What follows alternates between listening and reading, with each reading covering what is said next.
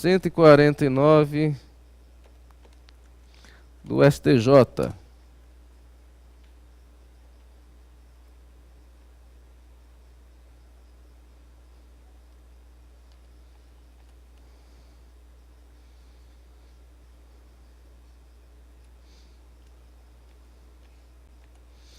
Súmula 149 do STJ, que vale tanto para o trabalhador urbano quanto rural. A prova exclusivamente testemunhal não basta a comprovação da atividade rural para efeito de obtenção de benefício previdenciário.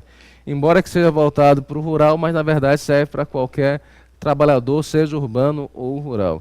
Então, como já expus há pouco, para provar tempo de serviço, hoje tempo de contribuição, você precisa de início de prova material mais prova testemunhal. Prova exclusivamente testemunhal não adianta. Essa é a orientação do STJ e é também a orientação do nosso TRF1, que tem outra súmula na mesma linha. Se não, vejamos, súmula 27 do TRF1.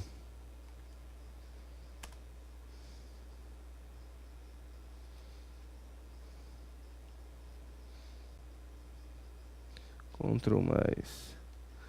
E aqui já coloca de forma correta, não faz distinção entre urbano e rural. Não é admissível prova exclusivamente testemunhal para reconhecimento de tempo de atividade urbana e rural. Vide artigo 55, parágrafo 3º da 8.213. Portanto, se você não tem nada para provar aquele vínculo, você não pode ir direto na Justiça Federal contra o INSS. Você tem que obter algum início de prova material, ainda que seja a sentença trabalhista. E só lembra o seguinte, a jurisprudência faz uma distinção entre a prova, entre a sentença trabalhista, que se baseou somente na prova testemunhal, daquela outra que teve, por sua vez, instrução, que teve pagamento de contribuição, diferentemente do acordo. Então, aquela objeto de acordo, ela é vista com certa desconfiança pela jurisprudência previdenciária.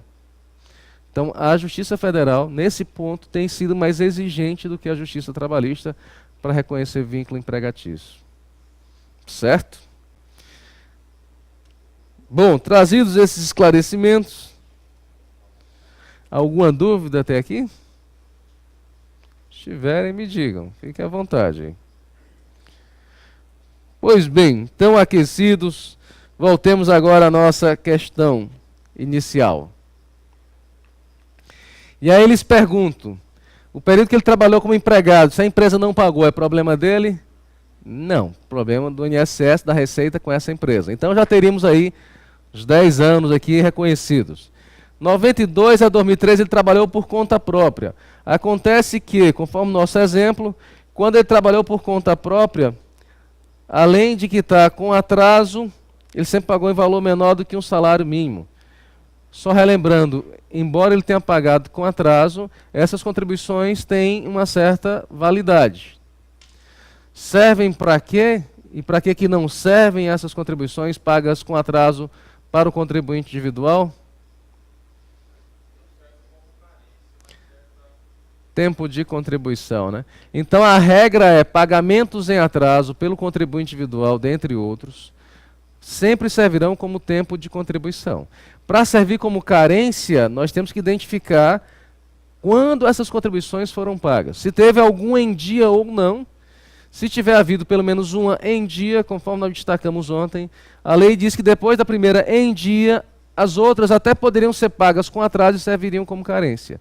Mas na pior das hipóteses, se todas elas foram pagas com atraso, tá? Na pior das hipóteses, você não perde o que você pagou. Entretanto, não servirão como carência, servirão como tempo de contribuição. E qual é a diferença? A diferença é, conforme nós mencionamos ontem, que a lei reclama carência para receber benefícios. Não basta tempo de contribuição. Nós mencionamos ontem que a lei 8.213, por exemplo, no benefício que a gente está estudando, nos termos do artigo 25,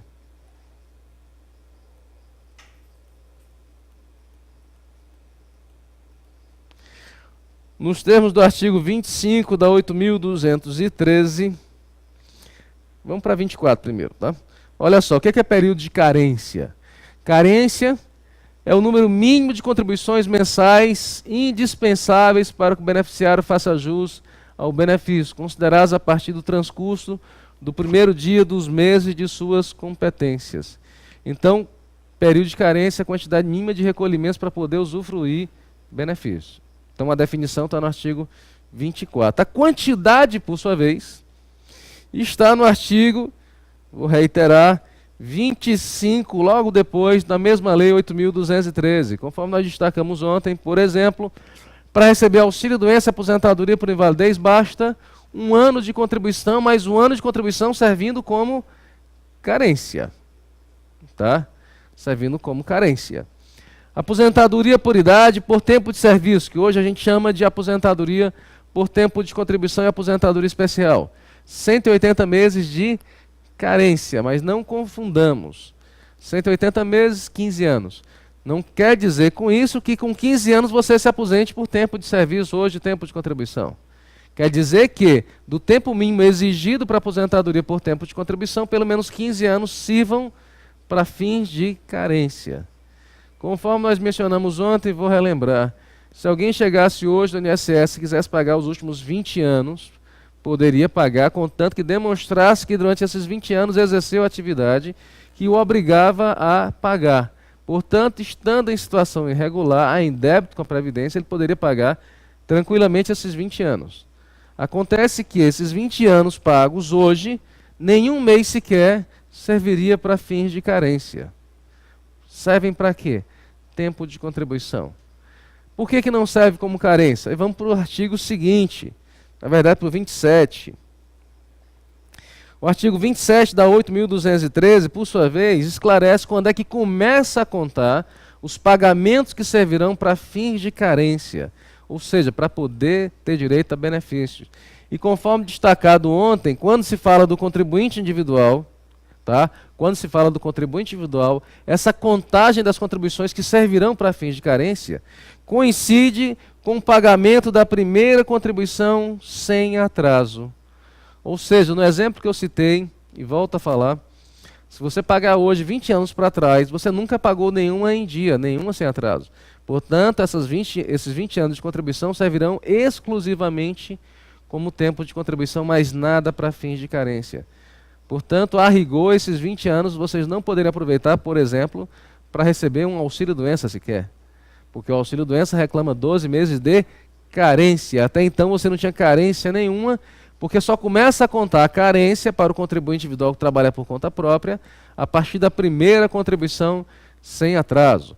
E entendamos, sem atraso é você pagar dentro do lapso que a lei autoriza você recolher as suas contribuições, até o 15º dia do mês subsequente. Se nós estamos no mês de março, o contribuinte individual que trabalha por conta própria tem até o dia 15 de abril para pagar essa contribuição. Se ele paga com atraso, ele não vai perder essa contribuição, só não vai servir para a carência, porque então ele não observou a delimitação. E seria mais uma contribuição servindo como tempo de contribuição, mas não como carência. E, portanto, até que ele pague a primeira em dia, ele sequer terá iniciado a contagem do seu período de carência. Certo? Bom, sabendo disso, voltemos lá ao nosso exemplo, mais uma vez. E nós temos o seguinte: esse período que ele trabalhou por conta própria, vamos imaginar que todo ele tivesse sido com atraso. Repito, ele poderia regularizar, inclusive no sentido de pagar a alíquota correta, né? Que a gente verificou que durante 5 anos ele pagou abaixo de um salário, e o contribuinte individual não pode ter contribuição sobre valor inferior a um salário mínimo. Ele tem que pagar no mínimo sobre um salário. Tá? O contribuinte individual que porventura venha a receber durante um mês menos do que um salário, ele tem que completar com o dinheiro dele para chegar a pelo menos um salário mínimo. O que eu quero dizer é, vamos imaginar que durante um mês ele só conseguiu arrecadar R$500 nos dias atuais. Bom, se fosse pagar os 20% sobre 500, só seriam R$100. Só que se ele pagar 20% em cima de 500, trabalhando por conta própria, ele não aproveitará essa contribuição. Porque para ele tem que recolher no mínimo sobre um salário, sobre R$954. Tá? Essa regra, inclusive, e aí certamente vocês conhecem, Vale para o empregado agora aquela figura do intermitente.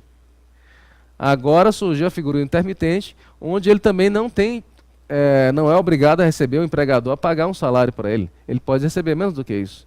Só que assim como acontece com o intermitente, se ele não completar a contribuição até um salário mínimo, ele também não terá aquela contribuição servindo para nada. Nem para tempo de contribuição e nem para carência. Então, essa mesma imposição que nós temos para o contribuinte individual completar a alíquota dele, no sentido de pagar no mínimo sobre um salário, também existe para a figura do empregado intermitente. Certo? Para a figura do intermitente. Não para os outros empregados, mas para o intermitente criou essa regra diferenciada aí. Portanto, o período que ele trabalhou de 92 a 2003 serviria para ele, todo ele, contanto que ele regularizasse essa situação. No sentido aqui que eu falo regularizar, porque durante 5 anos ele pagou com valor abaixo de um salário. Ele pode regularizar hoje? Com certeza. Tá? Não há nenhum problema, ele pode regularizar a qualquer tempo. Ele eventualmente não poderia ser cobrado porque tem mais de 5 anos e aí já estaria prescrito. Mas como já lhes disse, ele tem ampla liberdade de renunciar a essa prescrição e buscar essa regularização a qualquer data. Se ele não regularizar, por sua vez, ele vai ficar no prejuízo porque, tendo pagado em valor menor do que um salário, não será aproveitado para fim algum. Oi. Certo? Sim, se ele não completar, não vai poder reclamar de maneira alguma e nem pode se dizer que foi injustiçado ou algo desse tipo, porque, enfim, aquela ideia, todo mundo deve conhecer a lei e, nesse sentido, a lei é bem clara. Você tem que pagar em cima de, no mínimo, um salário mínimo. Certo? E trabalhando por conta própria, essa alíquota é de 20%. O contribuinte individual, né? Certo? Bom, entre 2004 e 2016 prestou serviço a várias empresas, sem vínculo empregatício.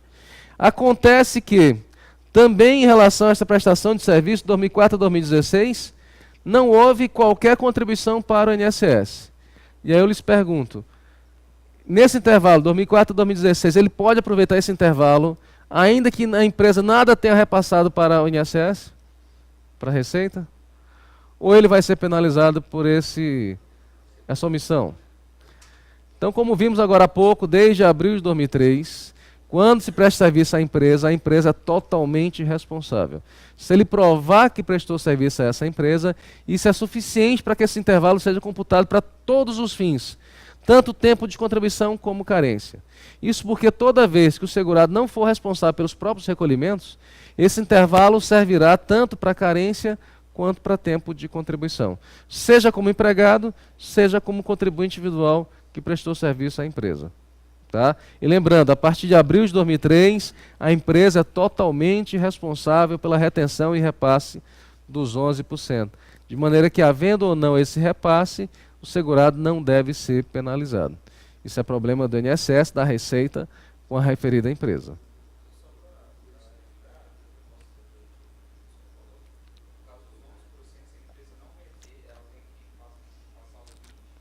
Mais os 11.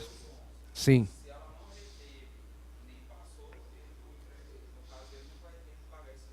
Não, a responsabilidade é totalmente da empresa. A empresa deve assumir também esses 11, assim como acontece em relação aos empregados, por exemplo. Vamos imaginar que fosse um empregado que não teve recolhido os 8% dele. Vamos imaginar que ele recebeu o salário todo mês, recebeu o salário inteiro, não tinha nenhum desconto. Certo? De quem é a responsabilidade desses 8% que deixou de ser recolhido? Segundo a lei do empregador.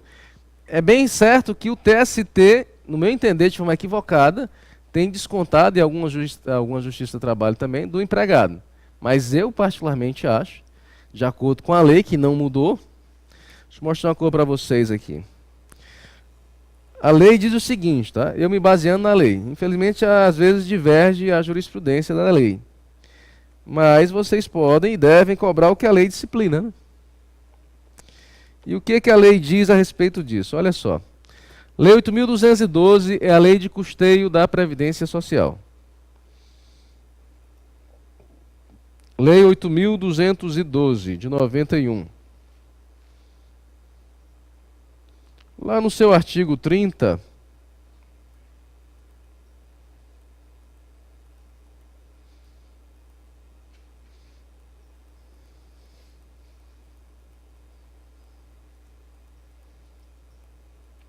Artigo 30, passamos. Artigo 30, inciso 1º, a linha A, diz o seguinte, da 8.212. Olha só, artigo 30 da 8.212, da Lei de Custeio da Previdência Social. Artigo 30. A arrecadação dos recolhimentos e o recolhimento das contribuições ou de outras importâncias devidas à Seguridade Social obedece às seguintes normas. A empresa é obrigada a arrecadar as contribuições dos segurados empregados e avulsos a seu serviço, descontando-as da respectiva remuneração. Então a obrigação é da empresa descontar, reter o respectivo percentual, 8, 9 ou 11% de acordo com o que recebam. Certo? Então artigo 30, inciso 1º, a linha A. A gente deve associar essa leitura, fazer uma leitura, uma interpretação sistemática, se valendo da seguinte previsão, de outra. Além do artigo 30, inciso 1º, a linha A, nós vamos lá para o artigo 33, parágrafo 5º da mesma lei.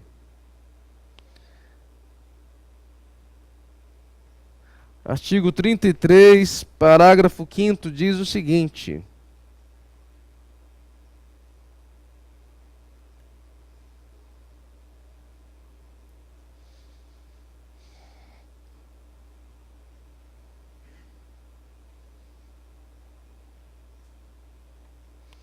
Olha só, artigo 33, parágrafo 5º da 8.212. O desconto de contribuição e de consignação legalmente autorizado sempre se presume feito oportuno e regularmente pela empresa a isso obrigada. E como vimos agora há pouco, a empresa é obrigada a descontar a contribuição dos seus empregados. Não lhe sendo lícito à empresa alegar omissão para se eximir do recolhimento. E segundo a lei, ficando diretamente responsável pela importância que deixou de receber ou arrecadou em desacordo com o disposto nessa lei. Portanto, se a empresa não reteve o percentual do segurado, quem deve arcar com essa consequência exclusivamente é a própria empresa, ficando diretamente responsável. Vejam que aqui não diz que o segurado empregado é quem vai pagar.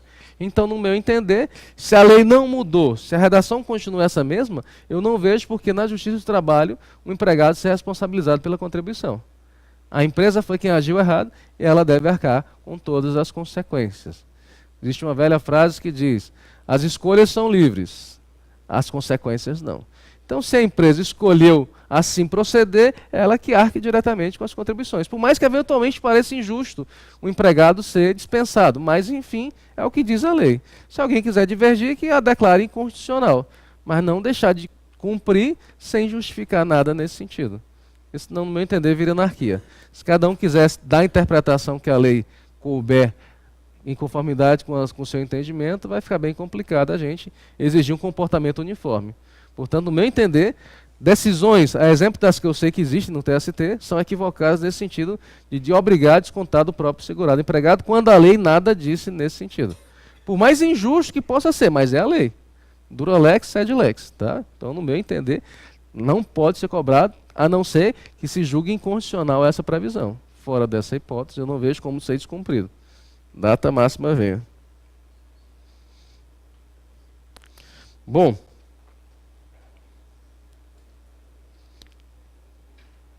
voltemos ao nosso caso aqui para a gente finalizar.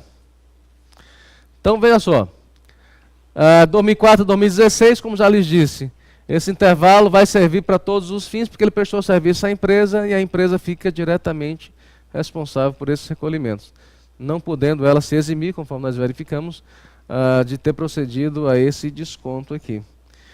Portanto, assim sendo, perguntas, qual o diagnóstico? O que a gente poderia concluir? Bom, de 81 a 91 ele contaria para todos os fins, porque, enfim, a responsabilidade não era dele, e sim da empresa. Tá? De 92 a 2003, como ele pagou com atraso, seriam aproveitadas não como carência, eventualmente, mas como tempo de contribuição. Né? Tá? Por sua vez, de 2004 a 2016, como ele prestou serviço à empresa, também esse intervalo contaria para todos os fins. Porque, enfim, assim como acontece na situação do segurado empregado, ele não é diretamente responsável por esses recolhimentos e, como tal, não pode ser penalizado pela falha do seu tomador de serviço. E assim, ele poderia sim se aposentar, porque teria de 81 a 2016, 35 anos de contribuição. E esse período, de 92 a 2003, embora pagos com atraso, mas eles servem como tempo de contribuição, e conforme nós vimos, na aposentadoria por tempo de contribuição não se exige que todos os 35 anos sirvam como carência. Somente 15 tem essa imposição. E no período que ele trabalhou, por exemplo, 2004 a 2016 e 81 a 91, esses intervalos todos servem tanto como carência quanto tempo de contribuição. De sorte que sim, ele conseguiria se aposentar, bastando regularizar os pagamentos que ele fez a menor, completando a alíquota até chegar a 20%, que autorizariam ele se aposentar por tempo de contribuição. Tá? Então, nesse caso, embora apenas com 56 anos de idade, não há nenhum problema, porque na aposentadoria por tempo de contribuição não existe idade mínima. O que existe é o seguinte, tá? O que não é uma imposição. Nós temos a regra do chamado fator 85-95. O que fator 85-95 é esse? A questão é o seguinte. Vou mostrar outra coisa para vocês aqui. Decorem a idade dele e o tempo de contribuição.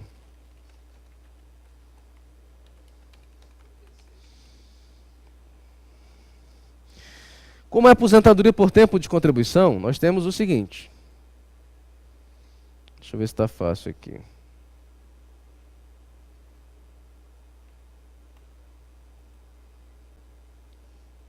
Vou pegar essa aqui. Questão seguinte, como é aposentadoria por tempo de contribuição, nós teremos, como é aposentadoria por tempo de contribuição, como regra, nós temos o chamado fator previdenciário. O que é esse fator previdenciário? Em resumo, é um redutor das aposentadorias por tempo de contribuição. De que maneira? Ele não é um requisito para se aposentar, volto a dizer. Você se aposenta, completou 30 anos mulher, 35 anos homem, não importa a sua idade, você obtém a aposentadoria. Acontece que, quanto mais novo você for, maior vai ser o prejuízo que você vai tomar na hora de se aposentar. O que eu quero lhes dizer é o seguinte, imaginemos alguém, essa pessoa que a gente está cogitando ali, vamos imaginar que a média dele, a média das contribuições dele fosse R$2.000. Como é a aposentadoria por tempo de contribuição, nós necessariamente, como ele tem 56 anos de idade, 35 de contribuição, quanto é que dá essa soma aí? 56 com 35? 91, né? Então, como deu abaixo de 95, vou já explicar o 95. Como deu abaixo de 95, nós vamos ter necessariamente que aplicar o fator previdenciário. E como é que é feita a aplicação desse fator previdenciário? É de acordo com a sua idade e com a sua expectativa de sobrevida. Vamos ver se a gente consegue aqui conciliar, para vocês entenderem. Aqui já facilita, tá? Aqui é o fator previdenciário de 2018. Então vejamos, ele tem, nesse lado de cá, o tempo de contribuição que a pessoa pagou, tá? No nosso exemplo ele pagou quanto tempo? 35, né?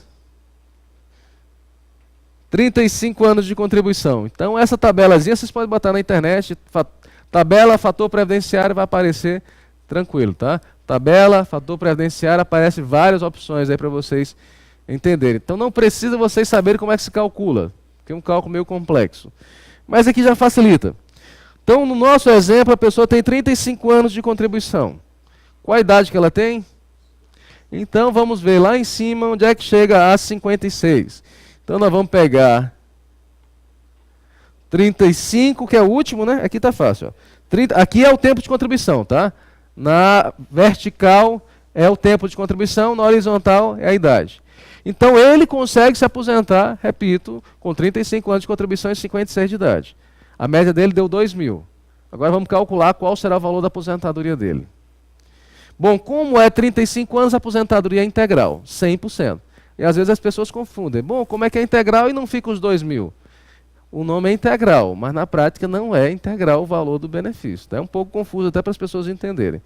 O nome é aposentadoria por tempo de contribuição integral. O percentual é 100%. Só que você não vai receber 100% da sua média, por conta do fator previdenciário. No caso dele, vocês conseguem verificar ali quanto é o fator previdenciário?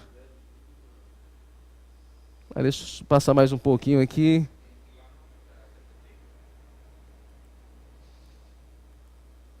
R$ 0,71, né? Ó, é aqui, a gente vai até o final. 713. Então você pega os 2.000 e multiplica por 0,713. Então o que eram 2.000 de média caem para R$ 1.426. Mas ele se aposenta. E o nome é aposentadoria integral. Ele escolhe, digamos, se aposentar. Se ele quiser se aposentar agora, ele consegue, tranquilo. Só que, embora ele tenha pagado sobre uma média de R$ 2.000, a aposentadoria cai para R$ 1.426. Ele só não teria esse fator previdenciário obrigatoriamente aplicado se a soma da idade dele mais o tempo de contribuição chegasse a 95. Se a gente chegasse a 95 pelo menos, aí não teria esse fator previdenciário para reduzir. Tá? Lembrando que no mínimo tem que ter 35 anos de contribuição. Então se ele, ao invés de 56, tivesse 60 de idade, tá? Se ao invés de 56 anos de idade ele tivesse 60, nós somando 35 com 60, chegaremos a 95. Esse é o fator 95, que tem como característica aplicar o fator previdenciário. Faz dois cálculos, com e sem. Tá? Com e sem. Se o fator previdenciário ficar abaixo de 1, então ele é desprezado. Para vocês terem ideia, vamos avançar um pouco aqui. Eu vou manter os 35, tá? Mas vou aumentar a idade dele. Vamos até os 60. Tá? Vai ser necessariamente o último, então vai ficar fácil da gente entender aqui. Então eu vou só avançar no tempo aqui, tá? Aumentar a idade dele. Então vou afastar um pouco mais para lá. Vamos até chegar aos 60. Bom, chegamos aos 60 aqui, ó. Tá? Cadê os 60? Chegamos aos 60. Vê se aparece só aqui. Qual é o fator previdenciário dele? —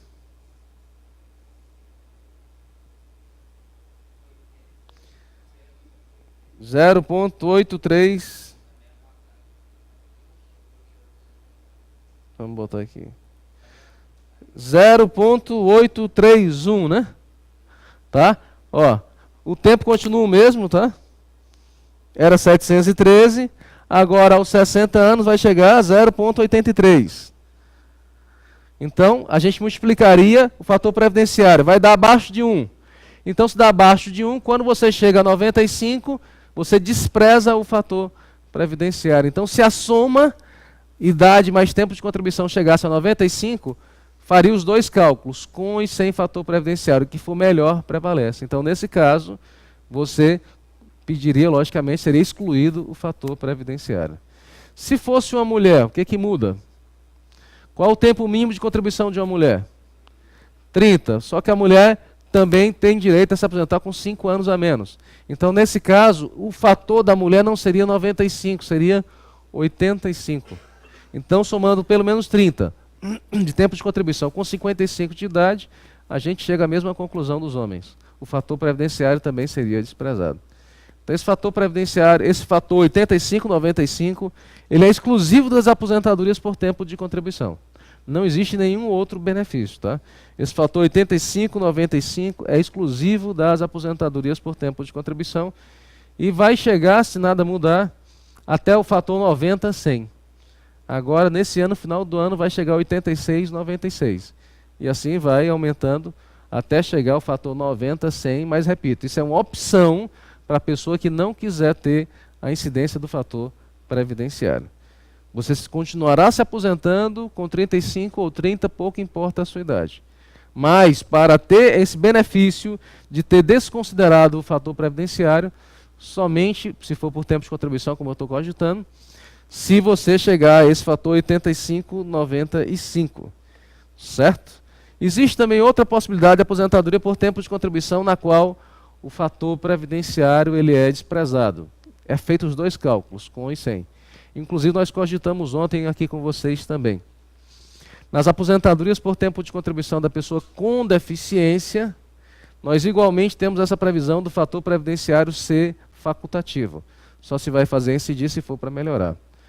Lembrando que a aposentadoria da pessoa com deficiência é aquilo que eu cogitei ontem para vocês. Temos 3 gradações de deficiência, leve, moderada ou grave.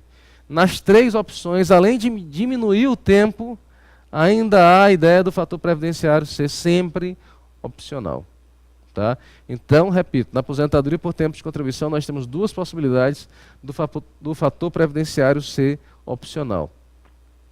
Quando se trata de alguém com algum tipo de deficiência, tá? Seja leve, moderado ou grave, ou ainda quando se observa esse fator 85-95. Certo? Bom, prossigamos então. Eu não sei qual hora vai ser o intervalo, sabe me dizer? Ah, 9h30? A gente começou um pouco atrasado também, então a gente faz um breve intervalo agora, daqui a 15 minutos a gente retorna, tá? Até para vocês tomarem um café, um lanche, despertarem.